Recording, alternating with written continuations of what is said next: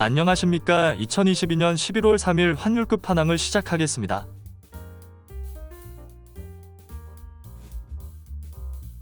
달러 인덱스가 0.48% 상승하면서 엔화를 제외한 세계 주요 통화 대비 강세를 보였습니다.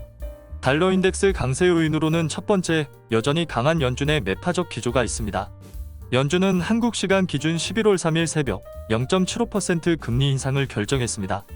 이후 파월이 기자회견을 통해서 금리 인상 속도보다는 앞으로 금리를 얼마나 더 높게 올리고 유지할 것인가가 훨씬 더 중요하다. 금리 인상 중단을 생각하는 것은 시기상조이고 우리가 생각하는 기준금리까지 지속적인 금리 인상을 해야 하고 아직 갈 길이 멀다고 말했습니다. 파월의 발언을 종합해보면 시장에서 기대하던 금리 인상 중단은 빠른 시일 내에 이루어지지 않을 것으로 보이고 속도 조절은 할 수도 있지만 물가가 하락하지 않는 한 금리 인상은 계속하게 될 것으로 해석됩니다. 실제로 패드워치2에 따르면 올해 12월 금리는 4.5% 금리 인상 확률이 44.5%에서 68.7%로 상승했고 내년 6월 금리는 5.25%까지 인상 확률이 37.3%에서 40.3%, 5.5%까지 인상 확률은 20.8%에서 27.8%로 상승했습니다. 두 번째, 파운드 약세가 있습니다. 영국 중앙은행은 한국 시간 기준 오늘 21시에 금리 인상을 결정합니다.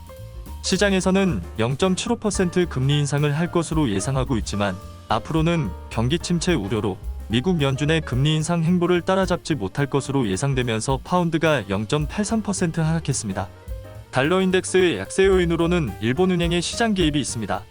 일본은행의 구로다 하루이코 총재는 물가 상승률이 목표인 2%를 달성하면 수익률 곡선 통제 정책을 좀 더 유연하게 할 수 있다고 말했습니다.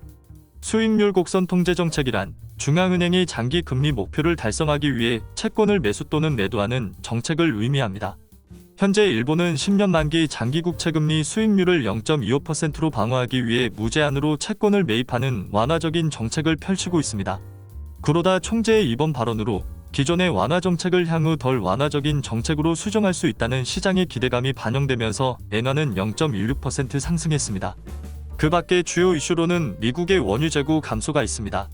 미국 에너지정보청에서 발표된 주간 원유 재고는 전주 대비 20만 배럴 감소할 것으로 예상되었으나 311만 배럴이 감소했습니다.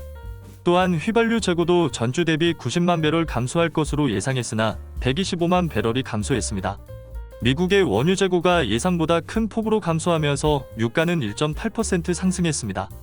향후 유가가 상승하게 되면 물가를 잡기 위해 연준의 금리 인상이 더 강해질 가능성이 있습니다. 달러 인덱스는 여전히 강한 연준의 매파적 기조, 파운드 약세라는 상승 요인과 일본은행의 시장 개입이라는 하락 요인이 혼재하면서 0.48% 상승했습니다.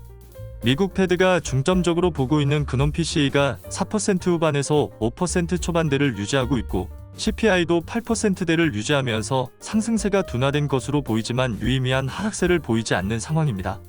미국 연준은 노동시장이 둔화되거나 약간의 경기 침체를 감수하더라도 물가 상승률이 2%로 내려올 때까지 금리 인상을 하겠다는 의지를 보이고 있기 때문에 물가가 하락할 조짐이 보이지 않을 경우 금리를 계속해서 인상할 가능성이 높습니다.